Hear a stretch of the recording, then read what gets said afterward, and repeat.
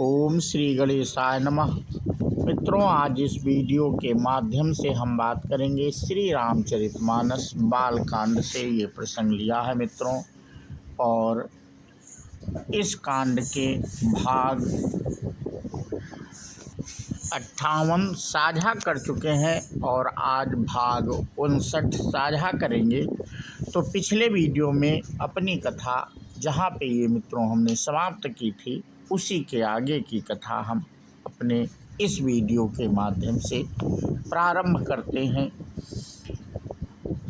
रावण जो था वो लोगों को धार्मिक कार्य नहीं करने देता था, और उसी के आगे की कथा है ये मित्रों।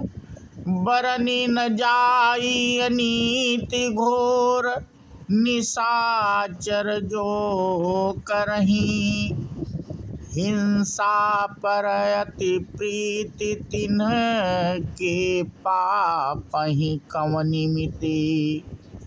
राक्षस लोग जो घोर अत्याचार करते थे उसका वर्णन नहीं किया जा सकता।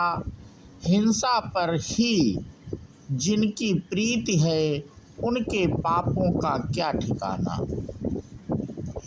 पराये धन और पराई स्त्री पर मन चलाने वाले दुष्ट चोर और जुआरी बहुत बढ़ गए। लोग माता पिता और देवताओं को नहीं मानते थे और साधुओं की सेवा करना तो दूर रहा, उल्टे उनसे सेवा करवाते थे। श्री शिव जी कहते हैं, हे भवानी, जिनके ऐसे आचरण हैं उन सब प्राणियों को राक्षस ही समझना। इस प्रकार धर्म के प्रति लोगों की अतिशय ग्लानि, अरुचि, अनास्था देखकर पृथ्वी अत्यंत भयभीत एवं व्याकुल हो गई। वह सोचने लगी कि पर्वतों, नदियों और समुद्रों का बोझ मुझे इतना भारी नहीं जान पड़ता जितना भारी मुझे एक परद्रोही दूसरों का अनिष्ट करने वाला लगता है। पृथ्वी सारे धर्मों को विपरीत देख रही है, पर रावण से भयभीत हुई वह कुछ बोल नहीं सकती। अंत में हृदय में सोच विचार कर गौ का रूप धारण कर धरती वहां गई जहां सब देवता और मुनि छिपे हुए थे। पृथ्वी ने रोकर उनको अपना दुख सुनाया, पर किसी से कुछ काम ना बना। तो यहाँ पे तुलसीदास जी ने एक छंद लिखा है मित्रों, वो हम आपसे साझा कर रहे हैं। सुर मुनि गंधर्वा मिल कर सरबागे, बिरंची के लोका, और संग गौ तनुधारी, भूमि विचारी, परम विकल भय शोका। ब्रह्मा सब जाना मन अनुमाना, मोर कछु न बसाई, जा करते दासी, सो अविनाशी, हमरे तोर सहाई। तब देवता, मुनि और गंधर्व सब मिलकर ब्रह्मा जी के लोक सत्यलोक को गए। भय और शोक से अत्यंत व्याकुल बेचारी पृथ्वी भी गौ का शरीर धारण किए हुए उनके साथ थी। ब्रह्मा जी सब जान गए। उन्होंने मन में अनुमान किया कि इसमें मेरा कुछ भी बस नहीं चलने का। तब उन्होंने पृथ्वी से कहा कि जिसकी तू दासी है वही अविनाशी, हमारा और तुम्हारा दोनों का सहायक है।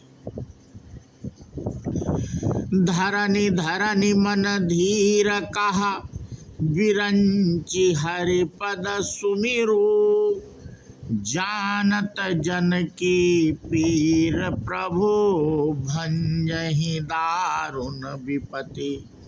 ब्रह्मा जी ने कहा, हे धरती, मन में धीरज धारण करके श्री हरि के चरणों का स्मरण करो।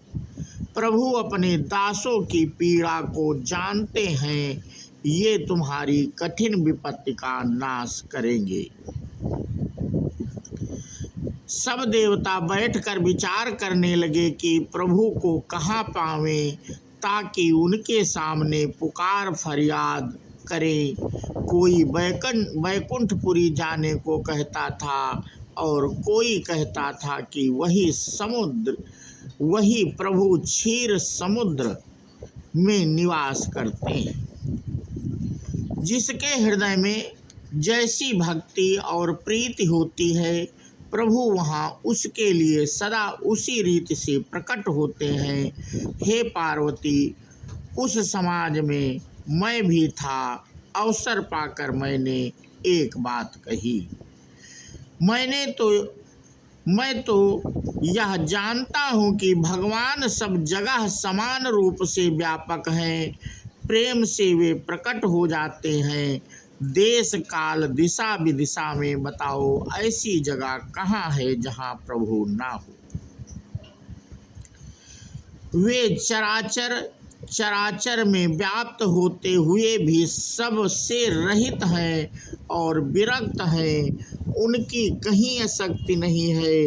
वे प्रेम से प्रकट होते हैं, जैसे अग्र अव्यक्त रूप से सर्वत्र व्याप्त है, परंतु जहाँ उसके लिए अरमणि मंथनादि साधन किए जाते हैं, वहाँ वह प्रकट होती है।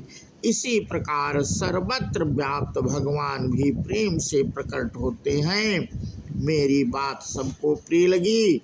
ब्रह्मा जी ने साधु साधु कहकर बड़ाई की।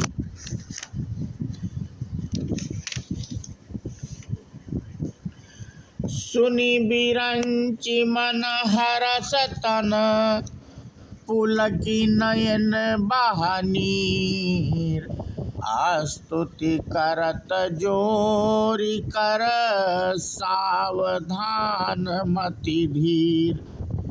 मेरी बात सुनकर ब्रह्मा जी के मन में बड़ा हर्ष हुआ। उनका तन पुलकित हो गया और नेत्रों से प्रेम के आंसू बहने लगे। तब वे धीर बुद्धि ब्रह्मा जी सावधान होकर हाथ जोड़कर स्तुति करने लगे।